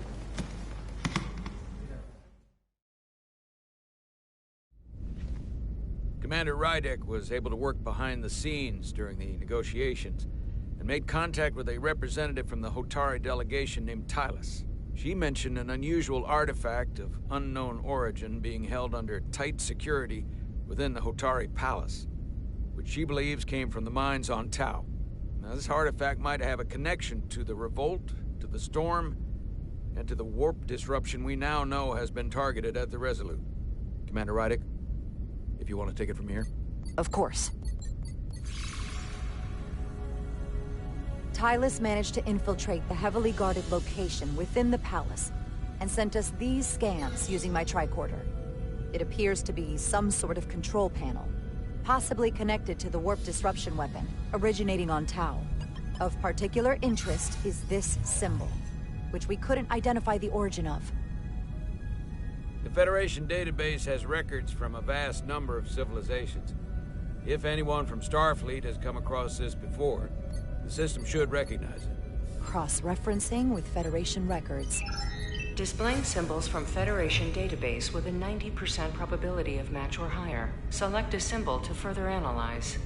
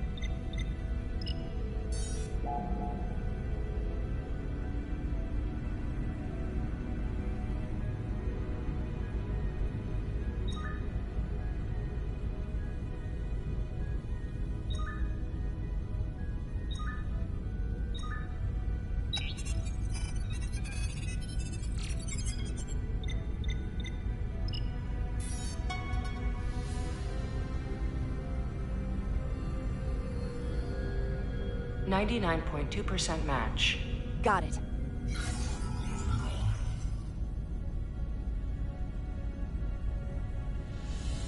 So, what are we looking at? The design and composition indicate this is a glyph associated with the ancient Khan Empire. Their civilization collapsed over 600,000 years ago, but once spanned millions of systems with a population numbering in the trillions. Fascinating. The Takan were once the most advanced, most powerful civilization in the galaxy. Is it possible the Hotari found Takan technology? I wonder if they even know what they have. Our knowledge of the Takan is limited. I have only encountered passing references to them. I can't speculate about how much they know, but one thing's for sure. They know how to use it. Indeed. Which might explain how they seized control of the mines. And targeted us with a weapon that prevents warp travel. Computer, what is the last recorded discovery of other Takan artifacts? On stardate 41386.4, the USS Enterprise D, under the command of Captain Jean-Luc Picard, discovered a Takan outpost in the Delphi Ardu system. According to the mission summary, an unbreakable energy-draining field was deployed against the Enterprise and a Ferengi ship. The Enterprise was only able to escape after negotiating their release with an entity known as Portal 6-3, Guardian of the Takan Empire. Unbreakable energy draining field. It starts to make sense. What else is there? There's a lot here. Let's take it piece by piece. Select the aspect you wish to learn more about.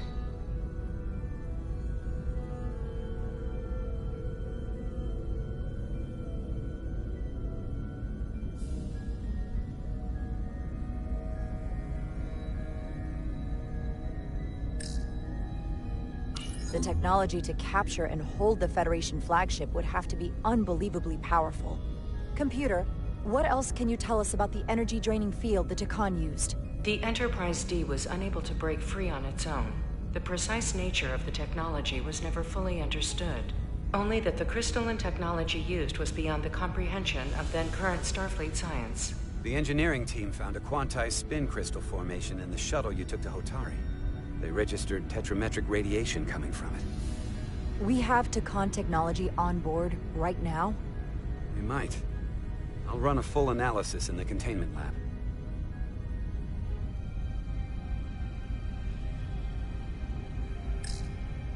Someone from the Takan Empire is actually still around. Or at least was, 16 years ago. Computer, what other information do you have on Portal 6-3, Guardian of the Takan Empire? The entity known as Portal 6-3 is of an unknown nature. A biped humanoid, he was unaware that the Takan Empire no longer existed at the time of the encounter. He was able to control the crystal-based technology of the Takan outpost through apparent telepathic means. It was by his choice that the Enterprise was released from the energy draining field after Commander William T. Riker of the Away Team argued on behalf of both Starfleet and the Ferengi. Telepathic control of their technology. As I have said, they were the most advanced civilization in the galaxy.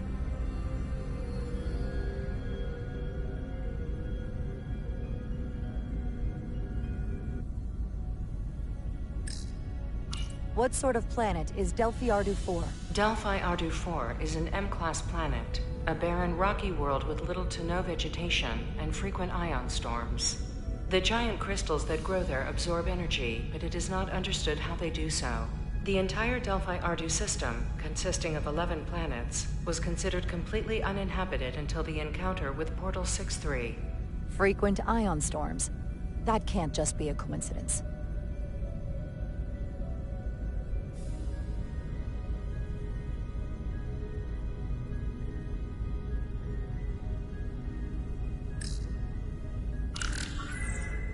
There appears to be some sort of restriction order from Starfleet. Computer, explain this restriction. A Starfleet directive similar to General Order 7 forbids entering the Delphi Ardu system or attempting to make contact with Portal 6-3. Starfleet doesn't throw up a no trespassing sign for just anybody. I suppose it makes sense considering what happened to the Enterprise D. The Elydians should have crushed the revolt. But if the Hotari have Takan technology and can control it, I see why they're willing to negotiate peace. For all we know, this could be just the beginning. And we're up against something greater than we can imagine. There's only one way to find out. We need to see what's down there for ourselves. I might be able to help with that. We've been able to triangulate the source of the ionic interference and warp disruption to a specific mine on Tau. Engineering used the latest data from your shuttle to pinpoint its origin. There. So we know where to look. Commander Rydek's right. We need to know what's down there, what the Hotari are hiding, to better understand what we're up against, and to neutralize it if we can. Captain, embarking on a mission to the Hotari moon would not be viewed favorably by either side. However, given the circumstances, we are entirely within our rights to defend ourselves. I just want to make sure this doesn't blow up in our faces. Which is why I'm thinking of sending Commander Rydek on a covert mission to Tau. Assuming you're up to the task. It would require absolute secrecy. And obviously, it's not without risk. Forgive me, Captain, but it sounds dangerous. I'd be lying if I said otherwise. But right now, it's mission critical. We need to know what's there. Of course. Now I'm hoping Tylus can accompany you. The priority is to avoid detection. It's a calculated risk. The last thing we need is to get caught and then blamed for violating our neutrality, aggravating an already tense situation. Can't afford any mistakes, which is why I've chosen you. Yes, sir. I'll do everything in my power to make sure no one knows I'm there. Good. Of course, you'll have full support from the Resolute. We'll make sure we take every precaution. Every precaution. Get in touch with Tylus and make the necessary arrangements as discreetly as possible. Bridge to Captain Solano. The Illidians have moved additional ships to the edge of the Hotari system. Current heading is straight for the homeworld. Understood. It would seem we no longer have the luxury of waiting. In that case, may I suggest you and I return to Hotari Prime? Doing so will provide Commander Rydek as much time as possible to complete her mission. Agreed. We'll hail the Queen's delegation from my ready room. We all know what we need to do. Dismissed.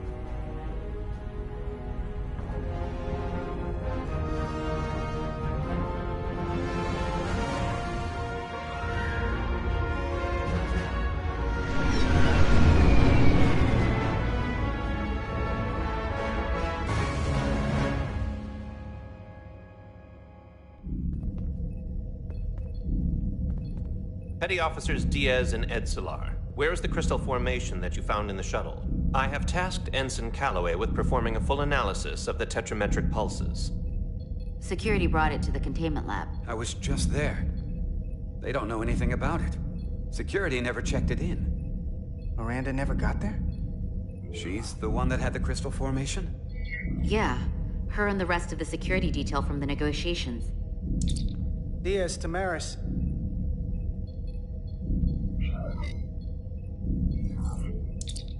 Carter Diaz to Miranda Maris.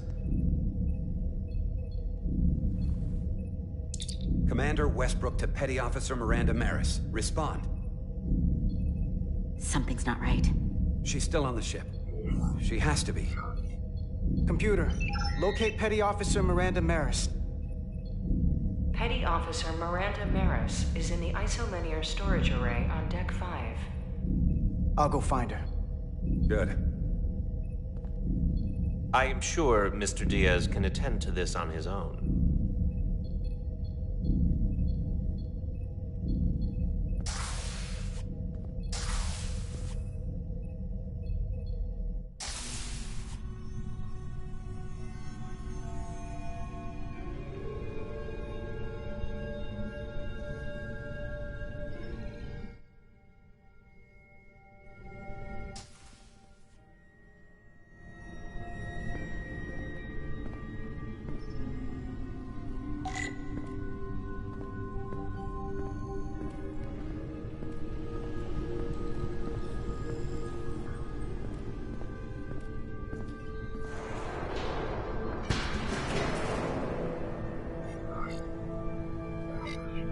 Miranda?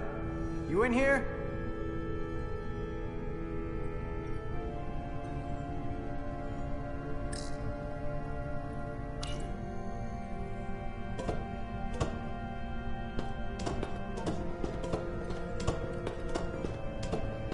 Hello?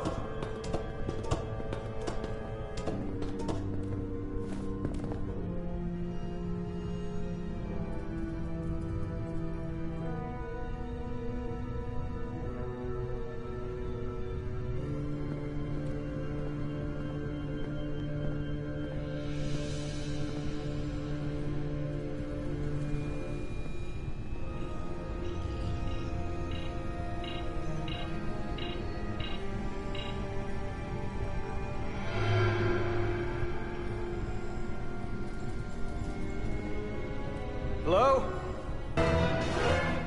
Hey!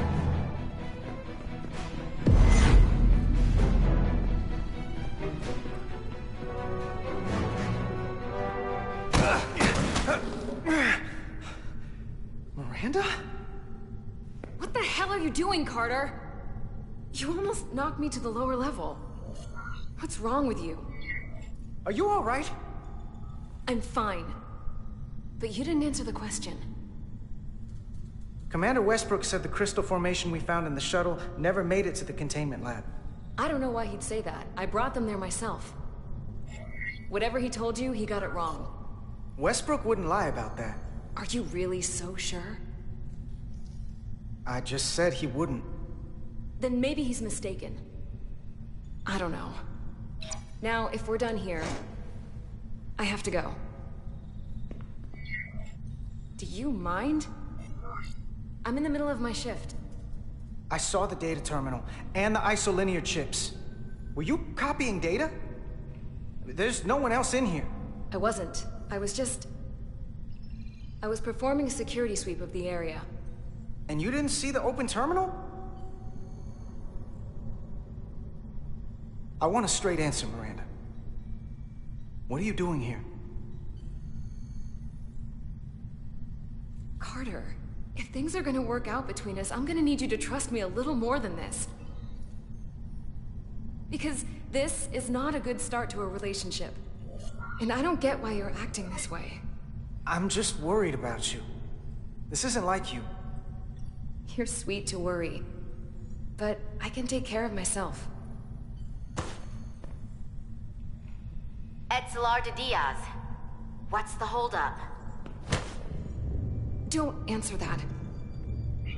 You and I can work this out. Let go of me. I'm going to respond. I can't let you do that. Etzelar de Diaz.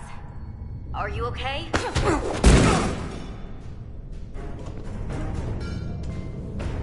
Diaz to Etzelar.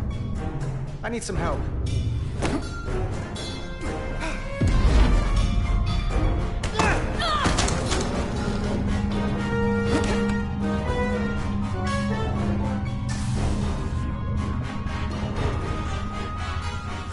So I see you found each other.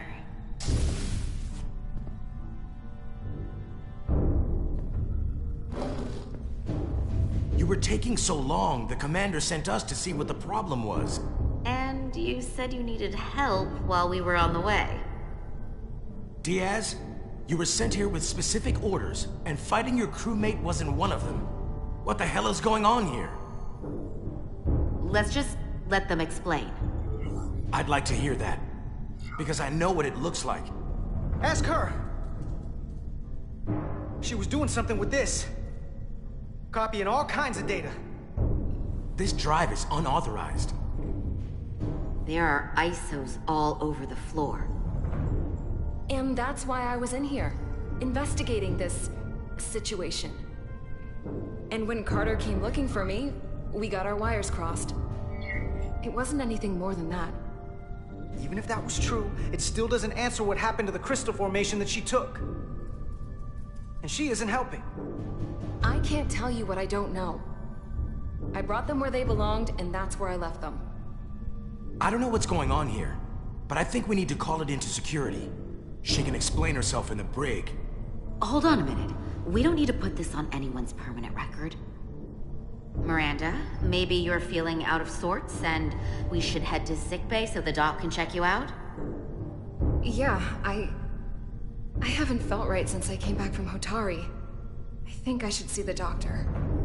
You two know her? If you really think she's not well, we can take her to sickbay first. But what I know is this is a security breach, and we should treat it as such. Please, just let me go see the doctor. This is Petty Officer Diaz. I need a security team to Deck 5. This is unbelievable.